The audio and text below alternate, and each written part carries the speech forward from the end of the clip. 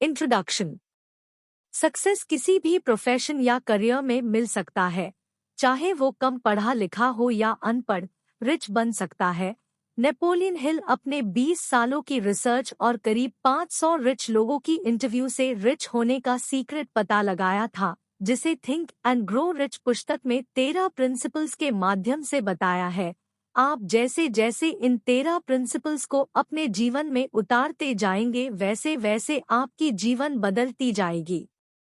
ये हमेशा लाखों लोगों की रिच बनने के सपने को पूरा करता रहा है और अभी भी मदद कर ही रही है।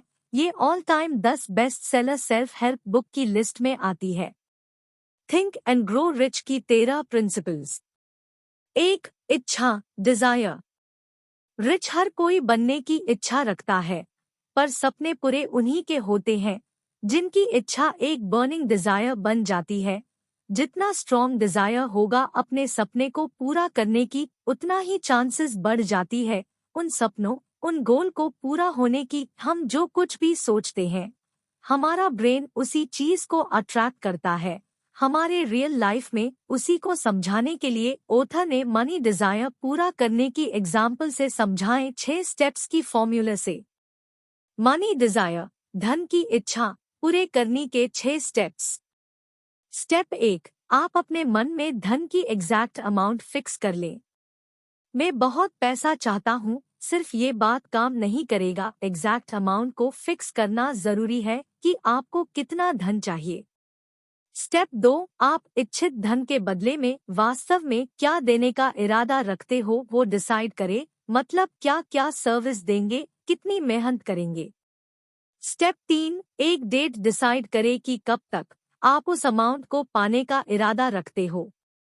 स्टेप 4, अपनी डिजायर को पाने के लिए एक डेफिनेट प्लान बनाएं और तुरंत उस प्लान में जुट जाएं। चाहे जैसा भी प्लान हो, तुरंत उसमें जुट जाएं। इंतजार ना करें कि बाद में अच्छा प्लान बनाऊंगा फिर उस पे काम करूंगा।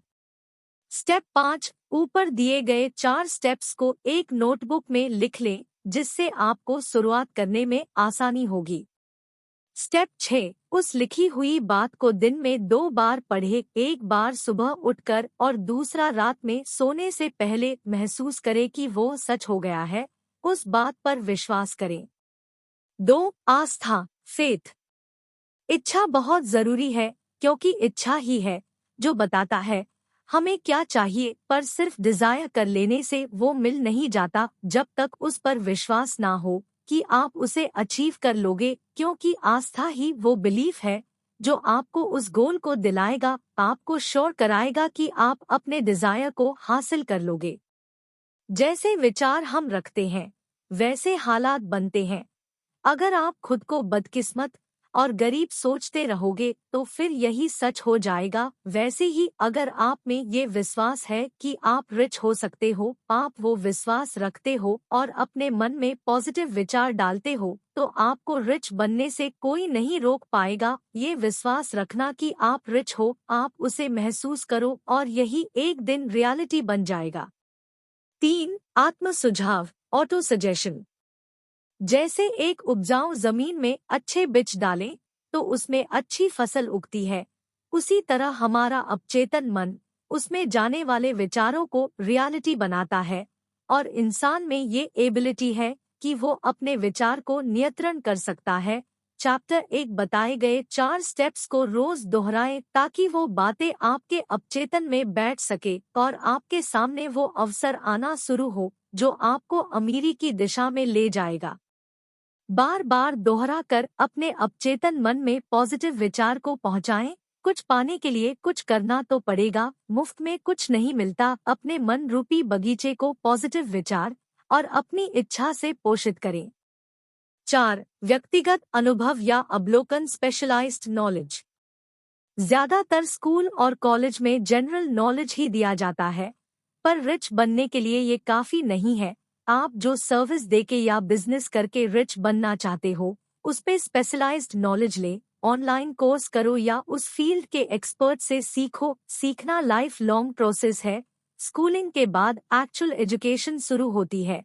हर कामयाब और रिच लोग लगातार सीखते रहते हैं, खुद को एजुकेट करते रहते हैं। जरूरी नहीं कि आपके पास पूरी स्पेशलाइज्ड नॉलेज हो। आप ऐसे टीम या लोगों को हायर कर सकते हैं या ऐसे समूहों से जुड़कर काम कर सकते हैं जिससे आपकी स्पेशलाइज्ड नॉलेज भी बढ़ती रहेगी और काम भी होता रहेगा। 5. कल्पना, इमेजिनेशन। जितने भी आविष्कार हुए हैं वो सब एक समय में किसी की कल्पना ही थी। बड़े बड़े साइंटिस्ट आविष्कार करने से पहले उसे इमेजिन करते हैं। एल्बर्ट आइंस्टाइन भी कोई खोज करने से पहले कल्पना ही करते थे। कल्पना मतलब दिन में सपने देखना नहीं है, बल्कि अपने मन वो सारे इमेज लाना जो काम आप करना चाहते हो, जैसा आप बनना चाहते हो, उसे एक मूवी की तरह अपने मन में चलाना होगा। कल्पना ही आगे जाकर अवसर लाता है। वो रास्ते खुलते हैं जिस पर चलकर आप अमीरी की सीधी चढ़ोगे और सफल बनोगे। 6. संगठित नियोजन, ऑर्गेनाइज्ड प्लानिंग। कोई भी बड़ी सफलता के लिए एक पूरी इच्छा जरूरी है और उसे पाने की कल्पना उसके तरफ रास्ते बनती है। पर कल्पना तभी रियलिटी बनती है जब हम एक्शन लेते हैं, प्लान बनाते हैं उसे हासिल करने के लिए।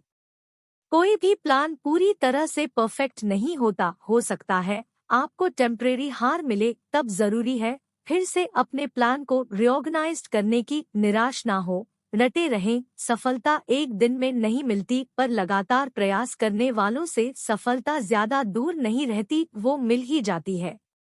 7. निर्णय, डिसीजन।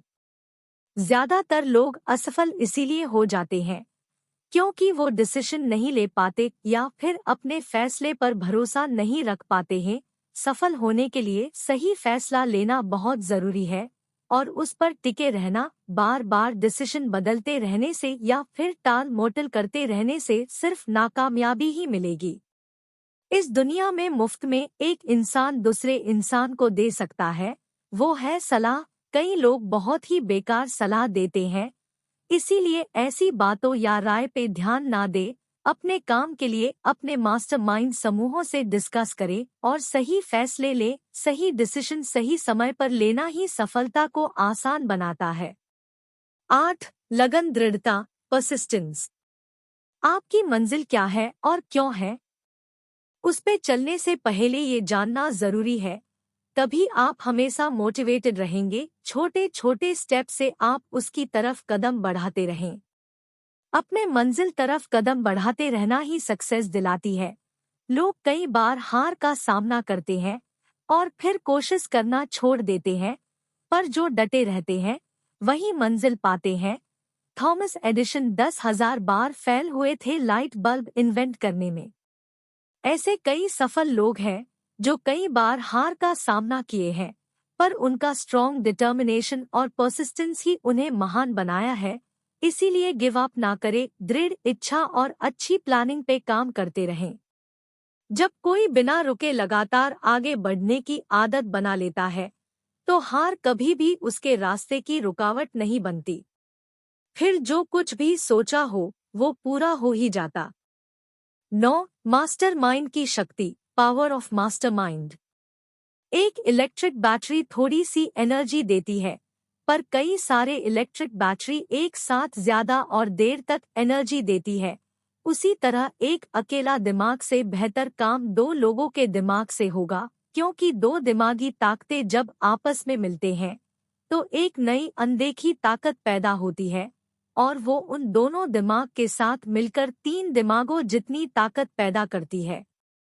ऐसी टीम जिनका लक्ष्य एक ही हो तो वो अपनी नॉलेज का सही इस्तेमाल करते हैं और मिलकर जल्दी सफल बनते हैं। इसीलिए ऐसे ग्रुप बनाएं जिससे आप सभी को फायदा हो और अच्छे रिलेशन बनाकर काम करें। 10. सेक्स के रूपांतरण, ट्रांसम्यूशन ऑफ सेक्स। सेक्स की इच्छा मनुष्य की इच्छाओं में सबसे शक्तिशाली इच्छा है। ट्रांसम्यूशन का मतलब है एनर्जी एक फॉर्म से दूसरे फॉर्म में बदलना। कई महान लोग अपनी इस एनर्जी को एक मोटिवेशनल फोर्स के रूप में इस्तेमाल किए हैं और जिससे वो कई क्रिएटिव महान काम किए हैं, जैसे कि ग्रेट म्यूजिशियन, आर्टिस्ट, कामयाब बिजनेस आदि सफल काम हो पाया है। सेक्स एक नेचुरल चीज है, ये इंसान की जरूरत की चीजों में शामिल है इससे मुंह नहीं मोड़ा जा सकता। इसे अगर काबू में नहीं किया गया तो ये एक डिस्ट्रक्टिव एनर्जी बन जाएगी। लेकिन अगर इसे विल पावर की तरह इस्तेमाल किया जाए तो इससे बहुत कुछ हासिल किया जा सकता है। 11. अपचेतन मन, सबकॉन्शियस माइंड। हमारे अपचेतन मन में वो विचार जाते हैं जो हमारे 5 इंद्रिय से मिलती हैं।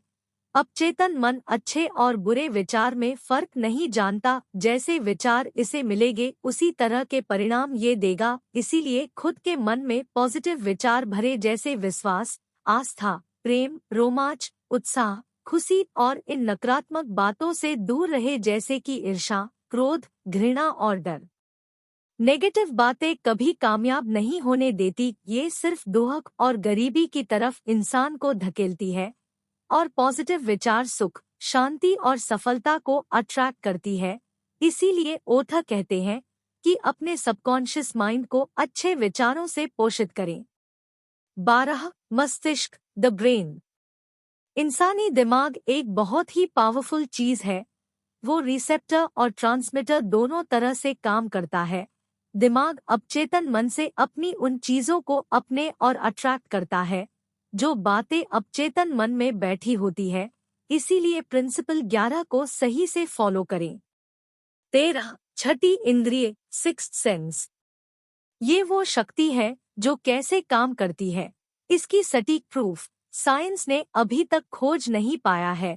बहुत कम ही लोग इसका इस्तेमाल जानते हैं, पर इसे विकसित की जा सकती है लगातार ध्यान, मेडिटेशन के अभ्यास से।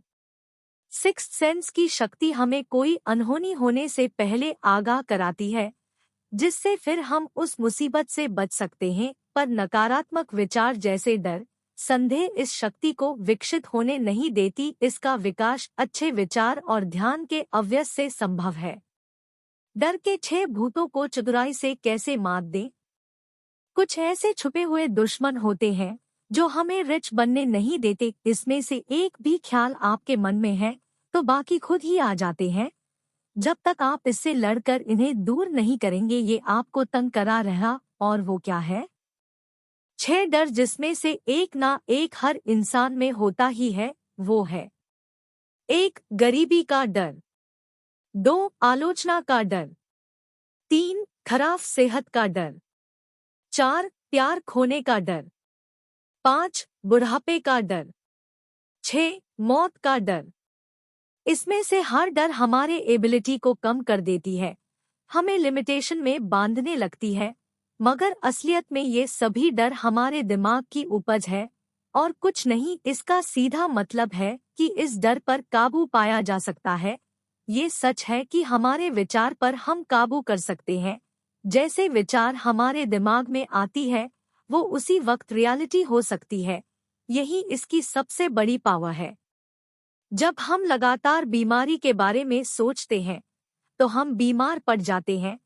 इसीलिए अपनी विल पावर को स्ट्रॉन्ग कीजिए अच्छी बातों के लिए। कुछ लोग बाकियों के मुकाबले ज्यादा किस्मत वाले और सुपीरियर लगते हैं। ऐसा उनकी थिंकिंग की वजह से होती है।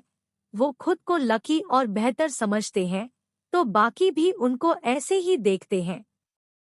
जब कोई आपकी आलोचना करे तो उसे दिल पे ना ले। अपनी विल पावर को क्रिटिक्स से कमजोर ना होने दे। उन रिश्तेदारों की बिल्कुल भी ना सुने जो आपसे कहते हैं आप ये नहीं कर सकते। क्रिटिसिज्म आपकी इमेजिनेशन को बर्बाद करेगी ही, साथ ही साथ आपकी कॉन्फिडेंस को कम कर देगी, जिससे फिर आपकी काबिलियत सही तरह से उभर नहीं पाएगी। इसलिए अपने कान बंद कर लीजिए ताकि आप उनकी बातें सुन ही ना सके। अपने दिमाग के सब दरवाजे उन लोगों के लिए बंद कर ले जो आपको हर तरह से डिप्रेस या डिस्करेज करते हैं।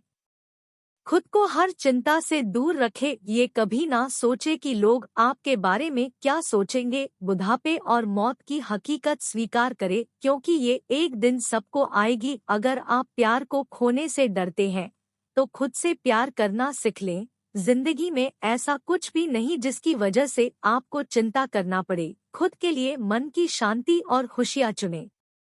सारांश, कंक्लूजन।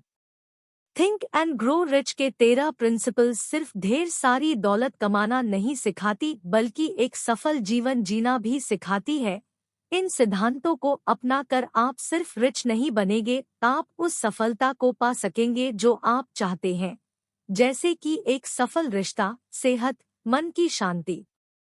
पूरी बुक पढ़ें जिससे आपकी जानकारी और बढ़ेगी और इसमें दिए गए प्रिंसिपल्स को फॉलो करते रहने से आप जरूर सफल होंगे। आशा है आपको ये बुक समरी पसंद आई होगी। धन्यवाद।